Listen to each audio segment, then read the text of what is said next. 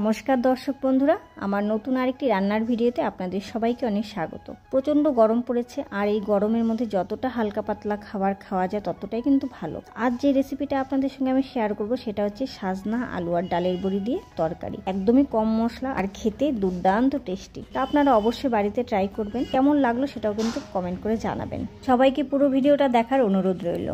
তো চলুন দেখে নেওয়া যাক কীভাবে এই তরকারিটা করলাম। তো এখানে আমি 4টের মতো সাজনা ডাঁটা নিয়েছি আর 3টে মাঝারি সাইজের আলু লম্বা লম্বা করে কেটে নিয়েছি। তার সাথে 25টার মতো আমি ডালের বড়ি নিয়েছি, 25টার থেকে 28টার মতো। কড়াইটা গরম করে তার মধ্যে তেল দিয়ে দিয়েছি, দিয়ে এখন এই ডালের বড়িগুলো দিয়ে দিলাম। এটাকে হালকা করে ভাজবো, একদম বাদামি করে ভাজবো না, তাহলে কি হয় বলুন তো, মানে যখন আমি এটা তুলে নেব ভেতরে যে তেলগুলো থাকে তেলগুলো কিন্তু ডালের বড়িটা শুষে নেয়, তারপর আরও বাদামি হয়ে যায় আর কি, একদম পোড়া পোড়া হয়ে যায়। তো একদম হালকা করে ভাজবো। তো ভাজা হয়ে গেল, এখন সবগুলো আস্তে আস্তে তুলে নেব।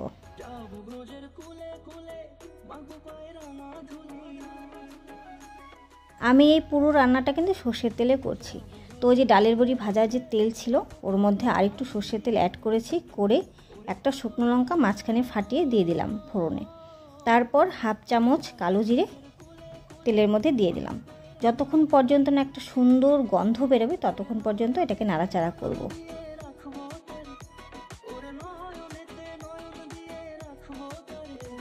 খুব সুন্দর একটা গন্ধ বেরিয়েছে ফোড়নটার থেকে। তো এখন আমি লম্বা লম্বা করে কাটা আলুগুলো সব দিয়ে দেব, দিয়ে হালকা ভাজা ভাজা করব।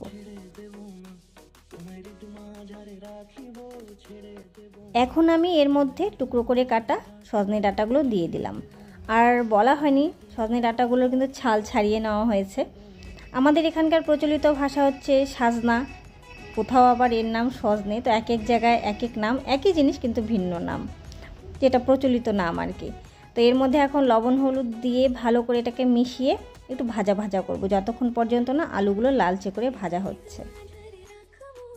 দেখো আলুগুলো লালচে হয়ে গেছে, আর ভাজার দরকার নেই। আর আমি এদিকে শিলনোড়াতে মশলা করে নিয়েছি। এখানে আছে পাকা লঙ্কা, জিরে আর 1 চামচের মতো ধনে গুঁড়ো। ধনে গুঁড়োটাও আমি শিলনোড়ায় বেটেই নিয়েছি। আর সত্যি কথা বলতে মিক্সির থেকে শিলনোড়ার মশলার রান্না কিন্তু অনেক অনেক টেস্টি হয়, তাই না? তো এটাকে এখন ভালো করে কষাবো। আর সামান্য চিনি দিয়ে দিলাম, নুন হলুদ তো আগেই দিয়ে দিয়েছি। এখন এটাকে ভালো করে কষাবো। আর এই গরমের মধ্যে কিন্তু শুকনো লঙ্কাটা না খাওয়াই ভালো, যার জন্য আমি পাকা লঙ্কা দিয়েই করেছি। পাকা লঙ্কা দিলেও মানে রঙটা কিন্তু ভালোই হয়, খুব একটা খারাপ হয় না। মশলার থেকে দেখো তেল ছেড়ে দিয়েছে, তার মানে এটা কষানো কমপ্লিট।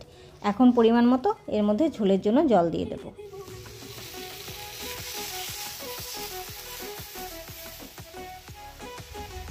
খুন্তি দিয়ে আমি ভালো করে নাড়াচাড়া করে দিলাম যেন মশলাটা ভালো করে মিশে যায়। এরপর আমি থালা দিয়ে চাপা দিয়ে দেব বলক ওঠা পর্যন্ত। আর একটু বেশি ঝোল দিয়েছি, কারণ একটা পাতলা ঝোল হবে, চচ্চড়ি বা গ্রেভি টাইপের হবে না।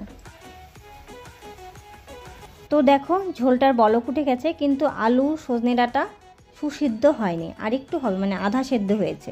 এই পর্যায়ে আমি ডালের বড়িগুলো সব দিয়ে দিলাম, কারণ ডালের বড়িগুলোকেও তো সেদ্ধ হতে হবে।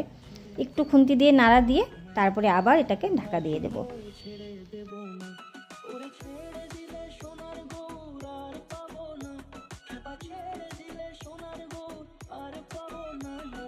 5 থেকে 7 মিনিট আমি এটাকে ঢাকা দিয়ে রান্না করলাম। তখন কিন্তু গ্যাসের আঁচটা মিডিয়াম ছিল, পুরো রান্নাটাই আমি মিডিয়াম আঁচে করেছি। তো দেখুন কি সুন্দর সুসিদ্ধ হয়ে গেছে সব সবজি, আর কালারটাও কিন্তু দারুণ এসছে। আমি কোনো শুকনো লঙ্কার গুঁড়ো ব্যবহার করিনি, শুকনো লঙ্কা বাটা ব্যবহার করিনি, পাকা লঙ্কা ব্যবহার করেছি। কাঁচা লঙ্কা দিয়েও এটা খাওয়া যাবে, কিন্তু পাকা লঙ্কা দিলে একটু কালারটা লালচে লালচে হয়, দেখতে সুন্দর হয়। আপনারা বাড়িতে অন্ততপক্ষে একবার ট্রাই করে দেখবেন এই রেসিপিটা কেমন হয়, আর সেটা আমাকে কমেন্ট করে অবশ্যই জানাবেন। আমার বিশ্বাস আপনাদের সবার খুব ভালো লাগবে, ছোট বড় সকলেরই ভীষণ ভালো লাগবে। আমার বাড়িতে যেহেতু ছোট বাচ্চা আছে, ওরাও ভীষণ পছন্দ করেছিল, যার জন্য আমার আরও ভিডিওটা শেয়ার করা। একদম কম তেল ঝালে এত টেস্টির একটা রান্না। এটা থাকলে আর অন্য কিছুর দরকার হয় না, এটা দিয়ে এক থালা ভাত খেয়ে নেওয়া যায় গরম গরম। তো চলুন আজকে এখানেই বিদায় নিচ্ছি। সবাই ভালো থাকবেন, সুস্থ থাকবেন। দেখা হচ্ছে অন্য আরেকটি ভিডিওতে।